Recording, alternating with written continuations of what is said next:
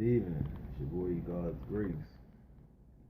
Here where we talk sonically all day, every day. And today's topic is going to be about the 25 landmarks of masonry, which I'm sure a lot of you brothers don't really know about or you haven't read it. Number one, the modes of recognition. That's kind of like a topic that me and my brothers discuss a lot in our lodge, and we brought that up not too long ago about recognition. Are you recognized by the Grand Lodge of your state, or you're recognized by Prince Hall, or you're recognized by the Grand Lodge of England? So that's what that comes off. Us being the most worshipful high and grand lodge, ancient, free, and accepted of the state of Maryland, we are of our own body under the jurisdiction of masonry. We not of the state of Maryland, which is the most worshipful grand lodge of Maryland. So there's a difference, but they also is ancient, free, and accepted. So there's the difference. But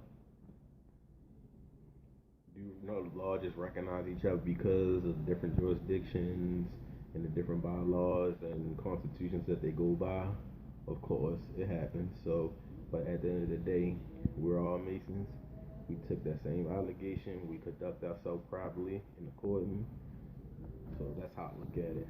Number two, the division of symbolic masonry into the 3 degrees, which is very important that a brother should know when it comes to symbolic masonry, because what they say, there's 2 types of masons: operative and speculative. I consider myself as an operative mason, and also my brothers that's in my lodge from Omega 17, also my whole grand lodge from Hiram. I consider myself as an operative mason because a speculative mason is just a person that speculate but don't really have the ideas, or what they doing, they just speculate, they guessing, they're assuming. So that's why I consider myself as an operative mason, not a speculative, but to each his own. 3. The legends of the 3 degrees. I always tell my brothers that the first 3 degrees is the most important degrees. Yeah, you have your chapters and you have your sublime degrees. You have, your Royal Arch, which is a continuation of the first 3 degrees. You have your Mark Master, your Past Master, your Most Excellent Master, and your Royal Arch. You can go into the cryptic masonry, which consider the Royal Master, Select Master, Super Excellent Master, the Order of the Red Cross, Order of the Knights Templars, the Order of the Mafia. Then you go on to the Shriners. Then you move over into the Scottish Rite Body of Freemasonry, which starts all over down to the 4th degree, which is called the Perfect Master. Then you climb your way up into the Lodge of Perfection. So that's another time, that's another story for another video. But number 4, the government of the fraternity by the presiding officers called the Grand Master, who is elected from the body of the title craft. Now that's very important. Whoever is the Grand Master of your lodge is very important because he's the commander in chief. He governs the whole. He set the craft to work just like your worshipful master does. Give them good, wholesome instructions for their labor. So he is the one that everybody look up to for support, information, everything, because he governs that lodge right there. So he is the commander-in-chief of that Blue Lodge, which is the Grand Lodge, which he runs that. Is the difference between the Grand Master. He is in charge of all the Blue Lodges. Then you have your Excellent High Priest, which he's in charge of the Royal Arch of that chapter. You have your Intimate Commander, which is in charge of the Knights Templars. You have your Imperial Forte, which is in charge of the Shriners. So there's different levels to Freemasonry, what a lot of people don't understand. Now, the pro-grade of the Grand Master to preside over craft. Whoever sold he had to make sure that everyone that's in his lodge is a man of God. He's practicing the craft the right way, and everything is run properly under his grand lodge. That's very important. You got to make sure you have good chiefs behind you that support you, because I was talking to my secretary yesterday on the phone, Brother Walker, and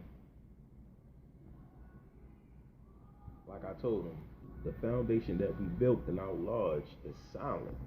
It was a rough ash at one time. Then we had to smooth it out. It became a perfect ash. But you'll understand if you read in your first degree, you'll know what the perfect ash and a rough ash is.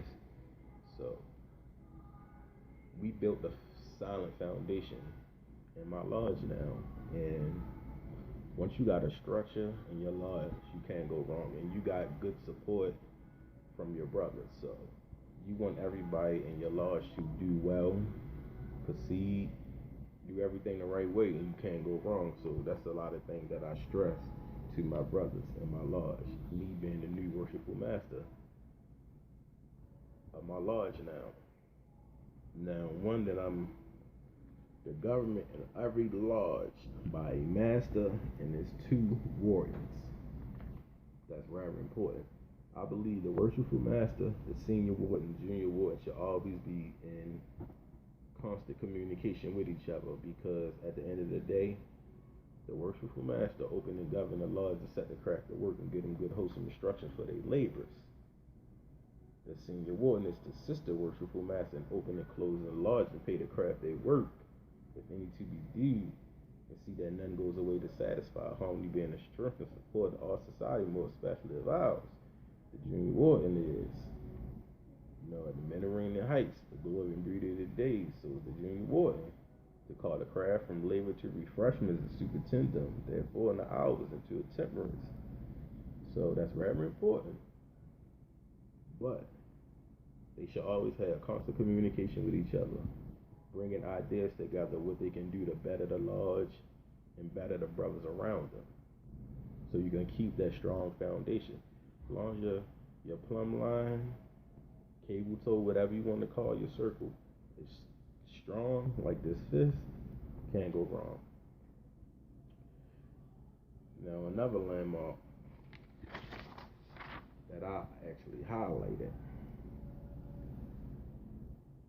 that no lodge can interfere in the business or labor of another lodge,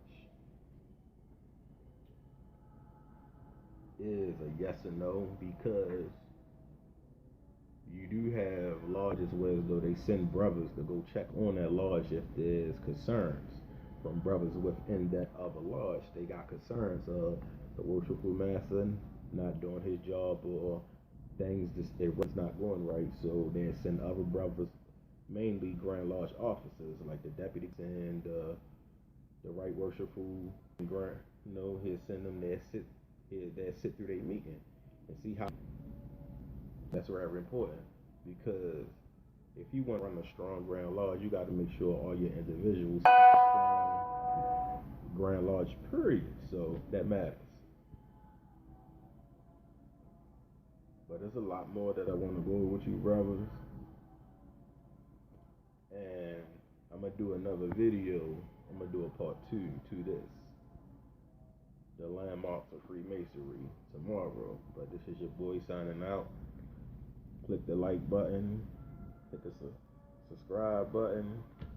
It's your boys God Grace, where we talk masonry every day, all day, every day. Peace and love. So mote it be.